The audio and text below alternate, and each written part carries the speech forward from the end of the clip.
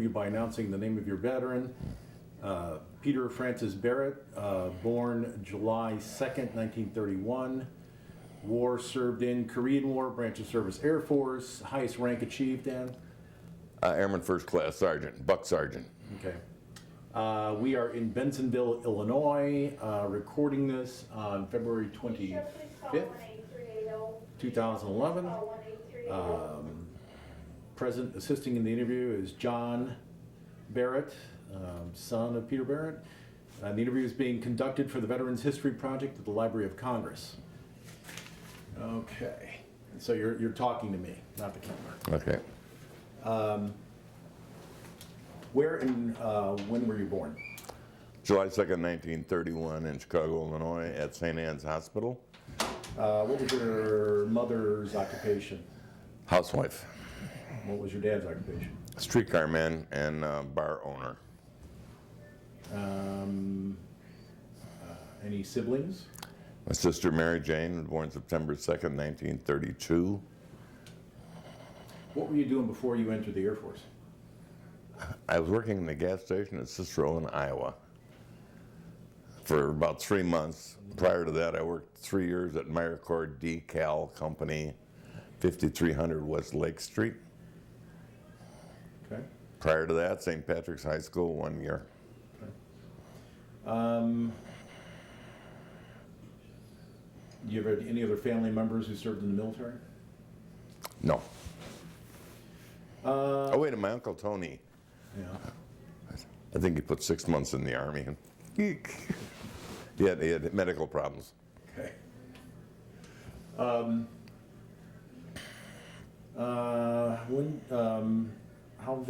did you enter the service? Draft or enlistment? It was very close to the draft, and I didn't want to go in the Army or the Marines. And I figured, well, I went downtown Chicago on Jackson Boulevard. I was going to join the Navy, but the line was so long that I walked down the street and I saw the Air Force recruiters, so I went in there and signed up.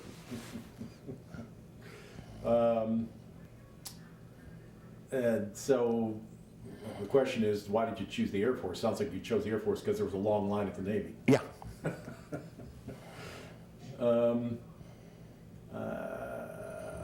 Tell me about the day of your departure for training camp. Oh, gee, that was a terrible day. A lot of sadness. You know, living civilian life, leaving my girlfriend and my mother in the house and all that, all my friends from the neighborhood. And strange that my father, being a European, was a very stoic individual where they never betrayed any real emotions about anything. And I said goodbye to my mom and my dad in the living room on Ohio Street, and then I went downtown Chicago to the Union Station, and my girlfriend was there with her friend. I found out later my dad was there watching me leave. Never said a word to me. That was really, it really got to me. Mm-hmm. Where'd you train the first time? Lackland Air Force Base, San Antonio, Texas. So you took the train down there? Yeah. What was that like, early days of training? Oh, on the train? No, not the train. What was it like? What was the early days of training like? Oh, I kind of hated the regimentation. Guys, I mean, we were young civilians and all that stuff, and they were, doing force march, this and that. It wasn't all that heavy duty, but they couldn't fit us in barracks because there isn't enough room. There was too much of an influx of guys coming in, I think mainly avoiding the draft. So they put us 14 to a tent out on open fields, which is kind of rough. You'd burn up during the day. Texas is the only place in the world where you can stand having dust blow in your face and be up to mud in your knees at the same time. And that's just the way it was. And 14 guys in the barracks at night, 3 of them from Illinois, others from more southern states. And they started talking during the night and insulting each other back and forth, state to state, Rocks flying through the air at night. I was turned over on my face with pillows and everything over me just to keep from getting hit by a rock. And they didn't give us clothing for 8 days because they couldn't even get us into the clothing warehouse. I had the same outfit on for 8 days. Leather jacket and dark brown pants. And I'm standing by the roadside one night. I was so disgusted with the whole thing. A fella came walk. Oh, what's up, Matt? Steve, right? I'm sorry. I should call, my last day, I should call you Steve. You all right? I'm doing okay. I'm being filmed for a Hollywood show. Oh, okay. He's Nah. a celebrity. You can throw it on the table.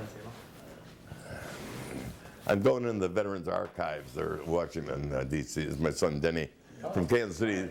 He's with Channel 5 or CBS he used to be. Yep. He's never left it, I can tell that. He's Never left. Still in the blood. It's where he meets all these movie stars and all that stuff. He's met them all. Hard to walk away. All righty. Talk to you later, Steve. All right. I'm sorry for the interruption. Oh, anyway, I didn't finish the story. What was I talking about? Oh, yeah.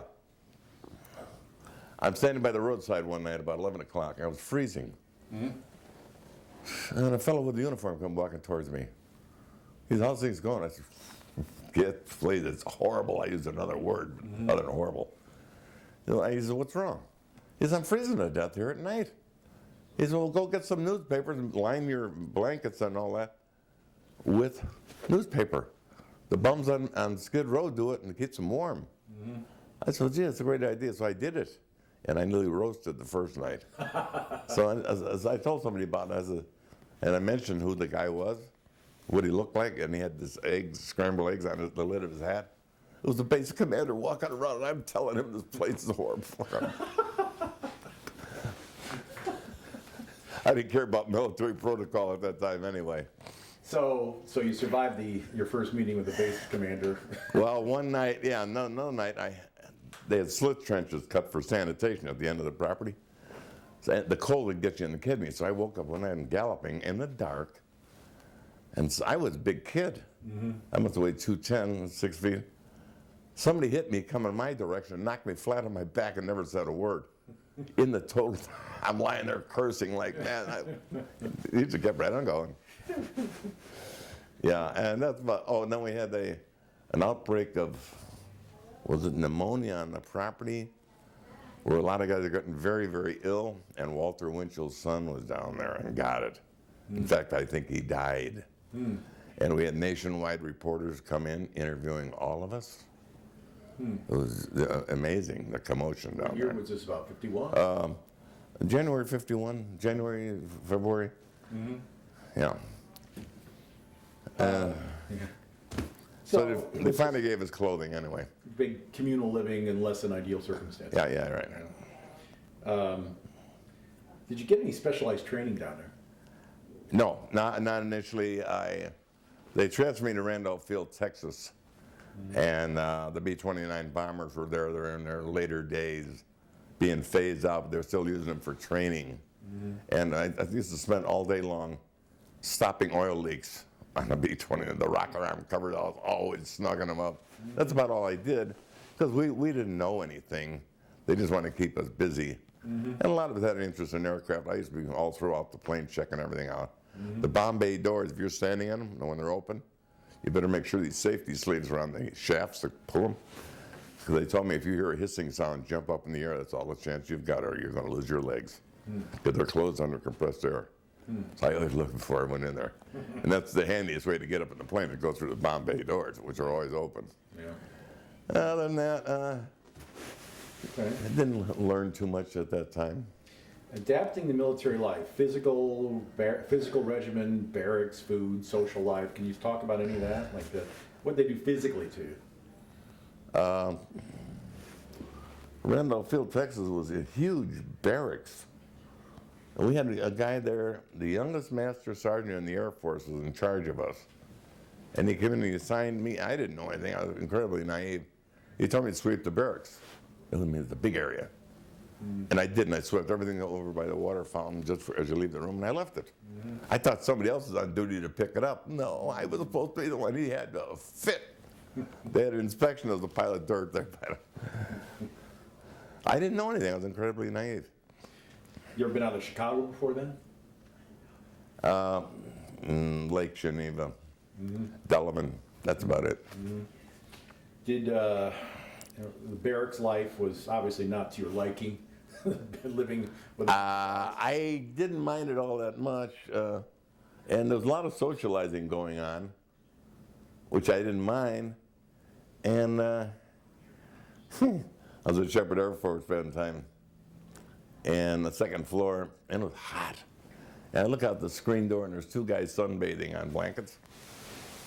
So I went down the washroom and got a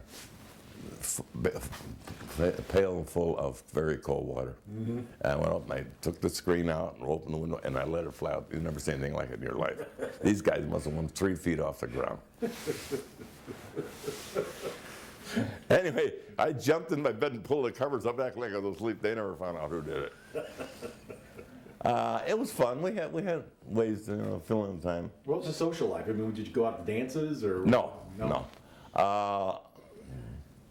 I went to some square dances in Oklahoma. What the heck is it? Chickasha. The what? Chickasha, Oklahoma. Yeah. Myself and another guy would get out there every weekend. Other than that, we'd go into town in Wichita Falls, Texas, which was kind of it was not Highland Park, Illinois, believe me. It's a little rough around the edges, but not bad. And they treated us okay. Other than that, there wasn't much more going on. Yeah. So once the question is, where did the veterans serve? Where did I? Yeah, where you? Obviously, you trained at LAC. I was transferred from Wichita Falls, Texas, Airplanes and Engines General Training to McCord Air Force Base, Tacoma, Washington, to specialize on the C-124 Globemaster. Douglas aircraft was heavily into hydraulics, surfaces, brakes, flaps, everything was hydraulics. And this was a specialty training for dealing with that. And that's 3,000 pounds of pressure, which I didn't think anything of until I got in the peak compartment of the plane where all this stuff was. It's like standing next to a bomb. They had an accumulator there, like a surge chamber, about the size of a bowling ball. And there's a bladder in there. You pump it up at the bottom, 1,000 pounds, it goes up inside. They start the engines up and the pressure. 3,000 pounds of pressure pushes that 1,000 pound. I didn't know what it saw. It scared me to think that I even worked on it. The C-124 was a cargo plane? Yeah. You could fit 200 guys on there. First floor, and then the second floor came down. And it was a scary plane. To me, when I first saw it, it looked like a whale with wings. I didn't see how it didn't look aerodynamic. The body was so huge. And these 4 rinky-dink engines on there, the 4360, 28-cylinder Pratt & Whitney engines, 2 spark plugs per cylinder. It'd take you all day to change the plugs on one engine. 24 cylinders had 48 plugs. And if you dropped one of them, you couldn't put it back in. If they had a platinum liner, you'd have to put a fresh one in. And just airplane general. Down there, we worked on everything. We didn't have enough equipment, really. If you had to change a tire, you had to use a Caterpillar tractor to lift the tire off, which wasn't the correct equipment. And while I was there, I took 3 months of hydraulics, but not hydraulics especially, airplane in general, C-124. And then they selected me and a couple others to go to Chanute Air Force hydraulic specialties. And was that aircraft specific, the hydraulics specialty? Yeah. It was C-124 specific? No, they didn't, from what I recall, zero in on the 124. It was just hydraulic principles. Fluid in a confined space Pascal's law, I believe, fluid in a confined space will be applied equally and undiminished in all directions. No matter what it is, it's going to boom. And I nearly got into a fight in the classroom one day. We had one kid there, a short, muscular guy, California bodybuilder, right? And all he talked about was space travel. He was so hooked on it. And I'm trying to learn this subject. I think a lot of the guys kind of stayed away from him. They didn't want to tangle him. I says, hey, shut up, will you? He had a fit. He jumped up in the middle of the room. He come at me with his fist ready to go. I knew I could have got the best of him. The instructor come down. Ooh. I said, look, never mind. Wait till you get home and talk about it. I want to learn this subject. And one of the remarkable moments there. And then I had a 41 Lincoln Zephyr parked outside the... Oh, wait, that was Chanute. Oh, same place, Chanute. And a lot of guys that were there went to West Palm Beach with me, hydraulic specialties. Anyway, I had a 41 Lincoln Zephyr, 4-door there, light blue, and I used to drive it in from Chicago on the weekend. It was 150 miles. And I went out to the car one day to fire it up to go into Chicago. And there was an explosion and a cloud of smoke come out from under the hood. I looked toward the barracks. They're all in the window laughing like mad. Somebody had put a car, car bomb under there, and one of these toy things. I knew who it was. I found out right away. That's mean. Maybe you think it blew a rod or something. Well, it was too quick, And as soon as I heard it, no, this has got to be a car bomb. It's one of these toys. Oh, and I got ptomaine poisoning down there. Wicked. From the mess From at the PX. Yeah. Before we went I think we were afternoon class, and I went and had a slice of banana pie and some kind of a malted. And within about 2 hours, it was just incredible. I must have drank 20 gallons of water. You just could not get enough water down. And I'm in the bed, and I'd fill up this gallon with water. And they determined it was the banana pie from the PX. Well, it was wicked. I never went through anything like that in my life. Now, you never went overseas, obviously. No, came close to it. What's close to it mean? I mean, what? Beginning of my 3rd year, I believe, they were talking about sending some of us to Korea. I said, oh, I'm not worried about it. And it'd be a change, and I might have saved a few bucks because I wasn't saving any money down in Florida. I was, at the beach every day, in town, blah, blah, blah. And I wouldn't mind it, but it just went on by and nothing happened. So, of course, at the start of my 4th year, I knew they weren't going to send me anywhere. Because I think they used it on a yearly basis. I'm not quite sure what the sequence of it was at that time. And then I spent my time there.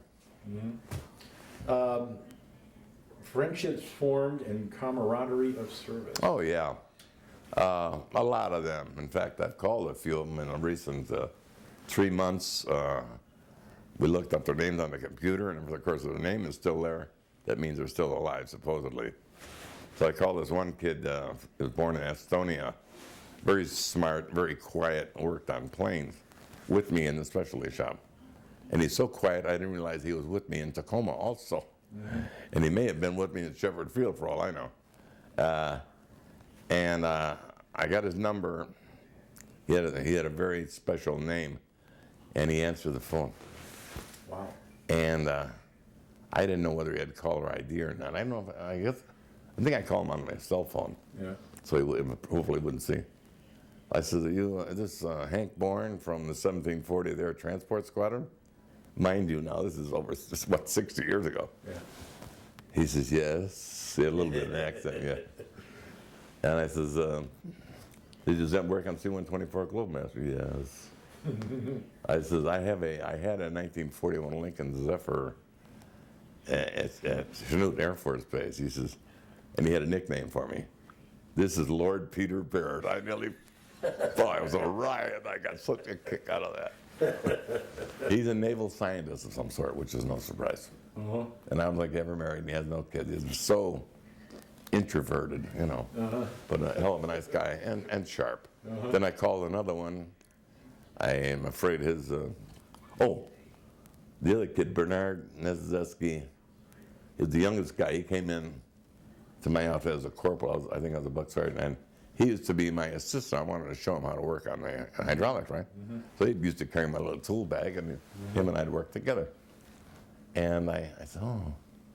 So we looked up that name, and that's another name I knew where he lived approximately. I call up a woman and I says, this is Bernard. I says, is Bernard Nezeski there? She says, Bernard died 7 years ago. I said, oh, shoot. I felt terrible that And so we got to talking, and I asked her what she was so interested in his background. And I had pictures of him and myself. And a set of orders with him and myself on it to transfer somewhere, changing our MOS upgrades. So I photographed, we had 5 kids. I made up 6 copies of the orders, 6 copies of each picture I had of him and myself, and told them they can call me anytime they want. I gave them my numbers and sent it to her. That's great. Then I called another friend of mine, and he seemed a little dotty. in the conversation, so his memory was very flawed. So these guys are all in their late 70s now. Right? I know it. Well, see, you don't realize that. You don't think about it. It's like it just happened yesterday, or the more remarkable moments in your life don't seem to have any time zone on them, really. Oh, it happened when? No. It was just, it was fun. We were young, and we were close for almost 4 years. It's one of the more memorable moments of my life, being in the military. So I did, I wanted to call and see how they were doing, blah, blah, blah. There's touch bases before we're all gone. Because afterwards, I heard a lot of people saying they're just about to die. They have so many regrets in their life that they didn't do this and they didn't do that. So I figured I didn't want to be one of those. But it's true, those guys are as old as I am. But I figured if I'm alive, they must be alive yet. Yeah. I got some pictures here. Could you just talk about these pictures? Oh, God, yes. Yeah. Is John here? Who's there? Hey, John? This is Sergeant Ross. I used to call him Barney Ross, the old fighter. He was a riot. He was in charge of the special shop. He was a staff sergeant. He had 3 stripes and a rocker. That was me, Airman First Class Barrett. I hated the clothing that, Barney's wearing the full-length coveralls, or Barney Ross wearing the full-length coverall. That's what they gave us. But I always carried tools in my pockets, and with the Florida sun, your shoulders being chafed all the time with the fabric moving up and down as you're walking. So I went out to town, I bought Marine fatigues, and I assume Bernard Ross had the same idea, and he went out and bought Marine fatigues. He had a top jacket with pocket and baggy pants. Yeah, and then I guess rules where another. Oh, we didn't care. There was no formality on the flight line. Yeah. They didn't care. And we're in front of 124.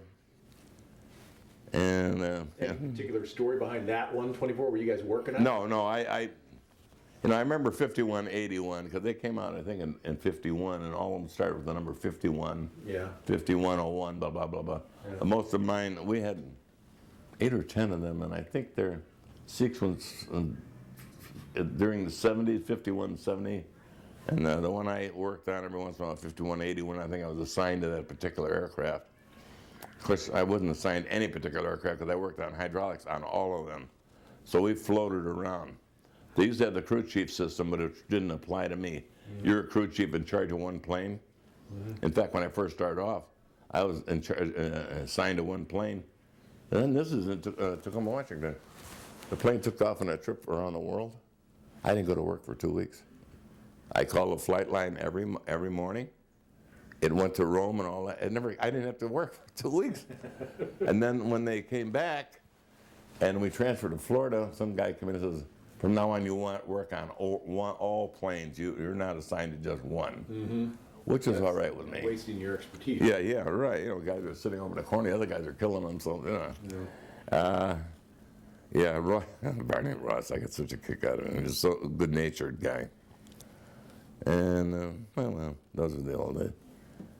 And Ski, we always call him Ski, always had a brush haircut, but a very pleasant kid. And it's a copy of one of the ones I sent to us. What about that one? Well, this one's a little beat. I wonder how that happened. Oh, his face is obliterated. We have the negative. This is Ski. How did that? I didn't see anything. Where did this come from? I didn't have one like that. Anyway, I can't see the. I know I should be able to make out the tail number, but I can't. It's too obliterated. We're walking from one plane to another, and he's carrying the traditional tool bag. And I'm kind of a smart aleck. I thought I owned the world there. Intellect of a 19-year-old. Nothing. Zero. Room temperature IQ and all that. We were walking from one plane to another, and Hank Bourne, was a real nut on photography. I was wondering who shot. But he's the one that took all the pictures. Okay. Yeah. This the guy you spoke to, the quiet one? Yeah. Just wonder if he has any more. Probably. I could give him a buzz. Yeah, I actually would like to have him. I'll call him. I have these 2 pictures. Yeah, no, I'll call him. No, he was snapping all the time. I'd love to have that. What's the story behind that? I assume is DCC. It's just a picture I took. Well, I caught it quickly. Those blades were in motion. I see a little bit of a blur on them. That was C-54. C-54. Yeah, right. Been a long time. But more, was it on my base? I must have been one of the bases I was on. But we didn't have any 54s at West Palm Beach. This must have been in Texas, or yeah, probably in Texas. So you never worked on C-54s? Oh, You didn't work on those? no, not at all. This is the workhorse of fleet, and so was the C-46, I believe it was. Yeah. The two engine. Yeah, the Curtis, big thing. Yeah. Commando. Yeah. But this was so popular. I flew in this one, not that one, but I've flown in them. Tell me about this guy. That guy. The SS Black Ball Ferry going from Seattle to Vancouver, British Columbia. How many stripes did I have? Oh, did I have two? No, I only had one. I just started. Myself and another guy, what was his name, Burke? We went on a 3-day pass, and we were on this boat, tourist boat. Met a couple nurses. I remember that. It was really nice. But I was a callow youth there. Good Lord. Yeah, Seattle. I hated Seattle. The Rain. weather was always overcast. It was and Tacoma was the same way. All right, here's another picture, which I have seen before, but I don't. Oh, yeah, well, that's me in Hay No Born. On top of it. I wonder who took that So he one. gave someone the camera to take the picture. Yeah, right. Was that common for you to be up on a tailplane? Is it common? Yeah. Oh, yeah. Good Lord. Come on in. Good Lord, the whole group. Okay, are we walking in? All right, I'm going to stop. No. Okay. Yeah, we were what were we doing on? Why would you go up on top of a? Yeah, I can't think of any hydraulic reason why we should. We must have been inside working on something, aileron boost, I don't know. There's nothing hydraulic up there that I'd be in the, if I was up in the wheel, or well, I'd say, yeah, I'm working on a pump. Showboating. You're just, Yeah, we were just up there, and we must have been close by. We wouldn't have walked all the way up just to get on the wing. So you're up there for some reason. We were working on the interior, I suspect. Mm-hmm. And you just get so hot in there. What are those in the background? There's some C-97s in the background. The Stratocruiser? Yeah, whatever? yeah. You But we were just up there showboating. We were out working on something else, obviously, on the plane. Mm-hmm. But How far down is it from there? How far of a fall is well, how will we do that? it? How far down would you fall? Oh, probably 15 to 20 feet. Yeah. You know what I used to do? Huh. I was going to walk through the entire plane to get up. I'd slide off the back of the wing right onto the ground. A lot of us did. Yeah. So it's what, a 6 foot, how far is it off the back? Just sloped down. Yeah, 4 to 6 feet. It was no big deal. Yeah. Because you got a smooth aluminum surface. You go, I'm going to walk through the entire aircraft to get out. Did I give you this one already? I saw that one, yeah. Okay. I wish I could. There are some. Oh, that's not the tail number. There's something written there. Oh, I think somebody wrote on that with a pen. I don't know who would have done that. All right. Back to the questionnaire. Yeah. How'd you stay in touch with family and friends back home? Not too often. I wasn't much of a letter writer. In fact, I was at Tacoma, or McCord, I believe, and somebody said the chaplain wants to see you. Oh, it was in Texas. It was at Randolph. And they said whoever, the fireson wanted to see you. So I went in and I said, what is this all about? He says, I got a letter from your mother. She's concerned that you haven't written her. I said, oh, I felt it was embarrassing. You know? But yeah, a lot of guys didn't write. You know, that big separation away from the house and all the rules and all that stuff. I think they just got carried away with themselves. And I was one of those. So I stopped that. I started writing maybe once a month. There was nothing really. to say. I told my dad I was working on hydraulic specialties and all that stuff. So when I went home, and Nick McFurley was calling me the bubble chaser. A lot to it. Yeah. Recreation or off-duty pursuits. We already talked a little bit about what did you do when you weren't actually fixing it. You went to depending on your base. We'd go, well, Randolph didn't hardly go anywhere. In Wichita Falls, Texas, we'd go into town once in a while, mainly to bars and have a few beers and all that stuff, you know. And then I went to square dances at Chickasha, Oklahoma when I was at Shepherd. I forget what his name was anyway. We had a good time there. And, McCord Air Force Base. I used to go in town and shoot pool a lot. I didn't like the town, but it was just something to do, and I was pretty good at it. And that was my recreation there. As far as drinking, I didn't do too much, hardly any, matter of fact. And then West Palm Beach, got into social life down there a little bit, mainly in the ocean. And then I'd go to the pier, a very posh bar that extended out over the ocean on tall piers, and had Cuba Libras. I felt like a big shot. I felt like a real tourist. You know? They were very expensive. I only had one or two of them. The sun is coming up. It's kind of changing the way the light is falling in here. And that had a lot, there was a lot of activities down there for us there. I used to go to the Palm Beach Playhouse every week. They had a standing invitation, all the GIs to come over and watch the dress rehearsals, which I loved. That's great. And I was over there one day and they were doing, what the heck was the name of it? Paul Douglas and Jan Sterling were in, something about a ditzy blonde. Yeah.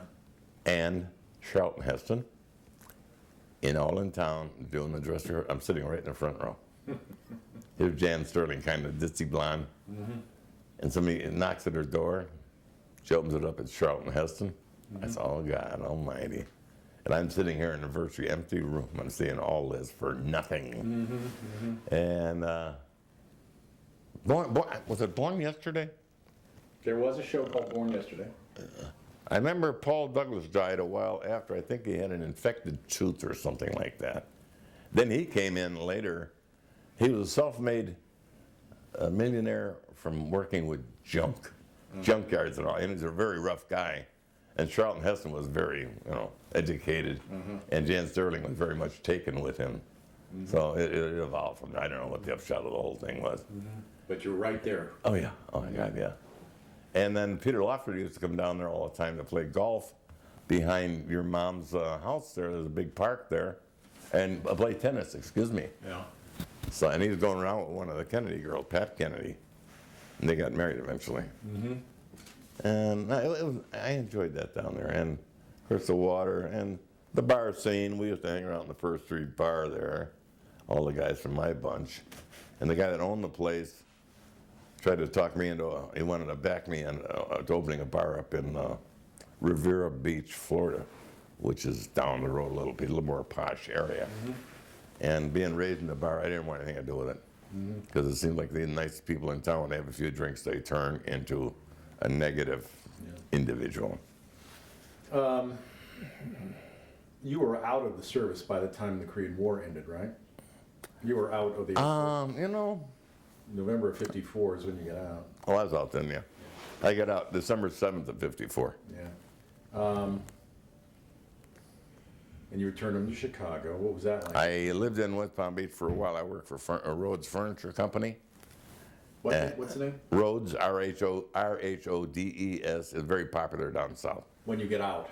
When I got out of the military, I went to work there in town. Doing what? Repairs, odds and ends, running a spray booth, reconditioning old refrigerators that have been turned in, working on furniture, regluing, blah, blah, blah. Anything that came up, I did. And I used to go out on calls all the time with the truck drivers to help them out. Matthew and David, I went with them. How was, did you have any real adjustment to getting back to civilian life afterwards? No, not really. It was just, I felt like a fish out of water. I wanted to come back to Chicago, which I finally did after about 6 months. I was working 5.5 days a week. The labor problem down in Florida is tough. Don't ever even mention unions. There is none. And what made it even worse, retirees were all coming down there. And they got bored sitting around, and they went looking for jobs and flooded the labor market even more. It was a big problem. So now that I've run through their list of questions, tell me specifically about the C-124 incident at West Palm Beach. Tell me what you were doing. What did they do at that base? I mean, you say. What did they do with it? They had 10 C-124s there, and you had. I think we had 8 to 10. And you had one of them that was kind of. Well, I was in charge of all the hydraulics on all of them. Whatever occurred, I had to work on them, individually. Anyway, no, I was in the special shop one night. And I think it was between 8 and 8:30, and it was very quiet, and there was nobody around. Yet there should have been one guy, and they may have been working on plane instruments and electrics and whatever else items. I think there were the 2 major ones. Props was another one. And the phone rang in the office, and they answered. It was a control tower saying they had a C-124 Globemaster overhead that couldn't get the wheels down. So I hear I'm 20 or 21 years old. I said, oh, gee, don't lose your head. So I started with the simplest thing first. There's a control thing you pull, supposed to actuate it in an emergency. It didn't work. Then there was another lever. It didn't work. I said, you're going to have somebody go down in the peak compartment, which is built into the belly of the plane. And the plane was so big, you could climb out inside the wings. You hunch through, you can get through, hands and knees. And the up block, one gear, say, like comes up under hydraulic pressure and comes up, and there's an up lock, like a bracelet, goes around the main shaft, and the doors, of course, close. And when you hit it with hydraulic pressure to drop your gear, there's a hydraulic cylinder on there, plus a cable, and the hydraulics will pop it open and let the gear falls of its own weight, bumps the doors open, and comes down in the down lock position, all of its own weight, no hydraulic pressure behind it. Well, they weren't releasing. The uprights, or the up blocks were not releasing, which is a clue to me that there was no more hydraulic pressure in that plane. I was so low it wasn't doing it. So I said, you're going to have to get in the peak compartment, get a guy with a good rag or a glove, and there's a cable going through the door, side of the door, have him give it a healthy snap, which he did, and it opened the up block on one side. And it fell down and locked. I said, All this in flight. well, it's in flight. Oh, yeah. Oh, yeah. And I said, have him do it to the other one. It came down and locked, and it landed. They would have all died. There's no quick way out of 124. 124, if it lands with wheels up, is not a very survivable incident. No, we didn't have foam in those days either. There would be so much scratching and tearing of metal and spilling of gasoline. I'm sure they would have died, because to get out of 124, you don't go out the cockpit windows. There isn't enough room. You have to come down a long flight of stairs, and you can't get out the nose because it's probably jammed and destroyed. The only choice is you'll go out the left right wing or right wing. And by that time, you're probably so on fire, you can't get out. And the 5 guys on there, their ranks, I imagine, probably a captain, a lieutenant, a master sergeant, a tech sergeant, and a staff sergeant were standard ranks going on there. One captain was teaching the other guy. Or a major. There's been majors go up there and teach lieutenants and captains how to fly. So you think it might have been a training flight? It is. Oh, they're all training flights. So they weren't 5 guys per plane. Yeah, they were training. Yeah. And it was in the evening. Yeah. Do you have any idea when this was, what the date was? In 1952 or 53, I have no idea. I didn't pay any attention. Actually, I didn't think that much of it. I think it was part of my job, It didn't. And then I'm lying in my cot during the night and look staring at the ceiling. I said, what if I didn't have the answer? There'd probably be 5 dead guys there. And a $2.5 million airplane destroyed. And I didn't have the answer. I'm so glad I paid attention to my studies. And it made me feel good all my life, even though I never told anybody that I worked with what happened. And these guys on the plane, I believe out of sheer embarrassment, never went looking for me to thank me. Because that means that they didn't know. And they hate that. And the division between the ranks, commission and non-commission, was not good. The atmosphere was not good. You know, so What would I cause- just let it slide. What would cause it to have no hydraulic pressure? Oh, common. C-124 inboard engines had two pumps on them, one at 3 o'clock and one at 6 o'clock. Vickers nine piston. They had wobble plates on them, and there's 9 pistons there, and they would put out 3,000 pounds of pressure. And it was usually on the right-hand engine too. It's striking me. There's a pipe about that diameter coming off the one pump, and I guess joined with the other, and it goes out, and there's a 90-degree bend on the pipe. The pressure was so great it was blowing the bend out of all of them. And then they lost all the pressure. It was a design flaw. They couldn't stand it. Yeah. Then they kept coming out with a variation of the theme. Braided, cloth, wire, stranded. It's the same thing. They keep blowing out. You know, you think they would have come up with, say, a 45 slope? Not that boom, boom. The line friction was incredible at that point. It'd blow fluid all over the place. And then they'd end up, I mean, they can land and they can reverse their props and slow down. But I was changing a lot of those. And then, of course, I had to bleed all the pumps afterwards. Yeah.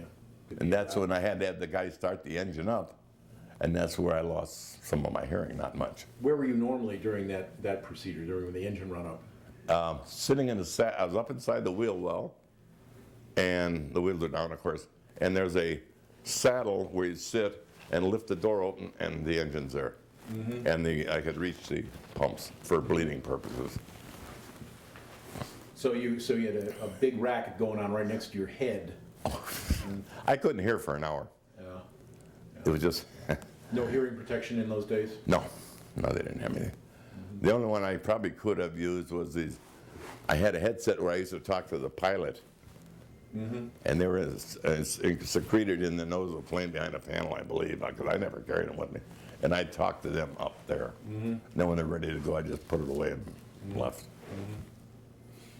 One more question from them. I just figured I'd ask this. Life lessons learned from military service.